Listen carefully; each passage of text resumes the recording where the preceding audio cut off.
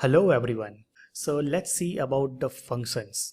So if you are already experienced with other programming language, you might have called the same thing as like a methods or some other way like a functions also. So let me just define in a very layman term what the function is. So let's say your boss will give you some work and same work it will give you every day. So you just bundle those work into one particular code at a one day. Okay. Next day, suppose the same boss will ask you and give you the same work.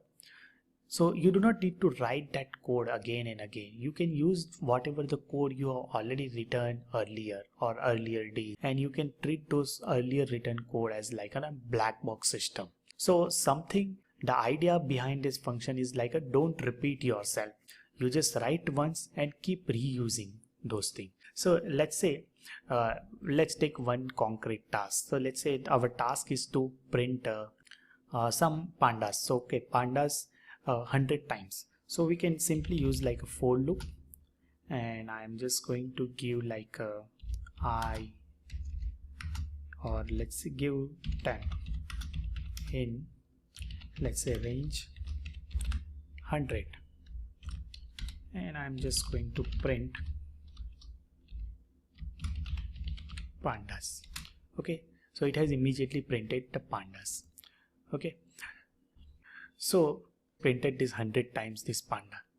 Now suppose someone will tell you to again print these pandas 100 times. So you do not every time should write this code again and again. Instead of that, what you should do, let's just take this code as it is, and let me just go to the another cell. Let me just keep it here. Now if we can just bundle those things into some sort of, or we can just wrap this particular sets of code into some sort of bundle format. So for that we can use the simple functions. So functions will start from the keyword like a def and print. I'm just going to give the name of my functions like a print pandas. After that we need to pass argument, but here we do not require to give the argument, colon, and I can just write everything whatever I want to write it here. So I want to write this thing, so let me just copy it. Okay, so indentation should be perfect now. So if I just execute it, my print panda function has been created. Now if I just call this print pandas with 0 argument in a bracket, it will print this pandas 100 times for me very easily. Okay, so you do not need to write this pandas or same for loop code again and again. Now let's add some more complexity. Let's create another function. So I'm just going to copy this thing again. Let me go to the next cell so you can imagine better. So let's say instead of just printing pandas, let's say print pandas x times. That is our new function, and whatever the x will pass it from input argument. And instead of 100, let's say I will just iterate over this loop x time. Okay, and let me just execute it. So instead of just 100 times, I am just passing one more argument, and if I just print it, let's say print x time. Now I just cannot call it like this. It will immediately throw me error that missing require one positional argument, because it is expecting this x variable.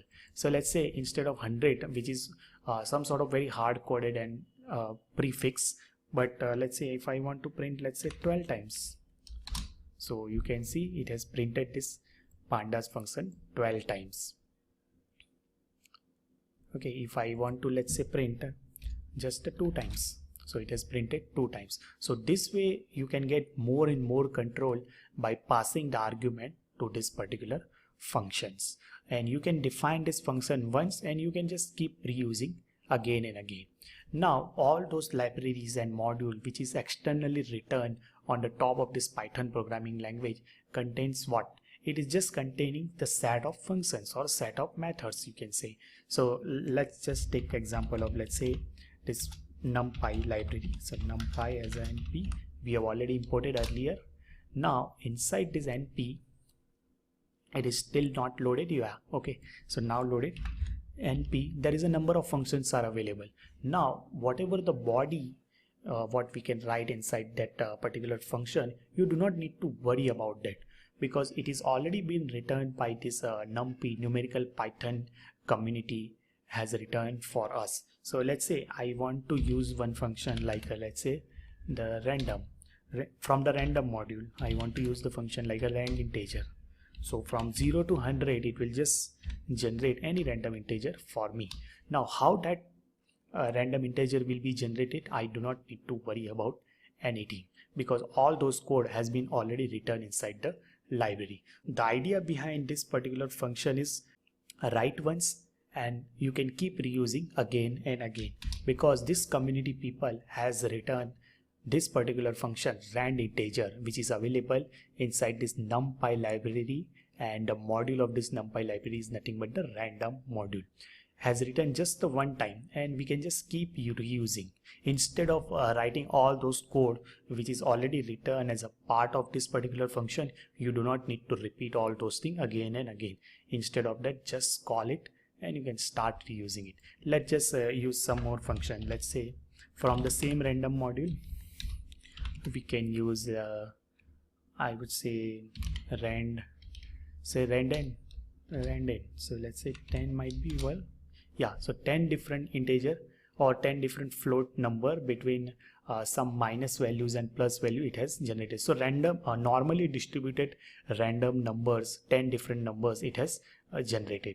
So all those code which is written as a body of this particular function, we do not need to take care, and that is what the beauty behind this function.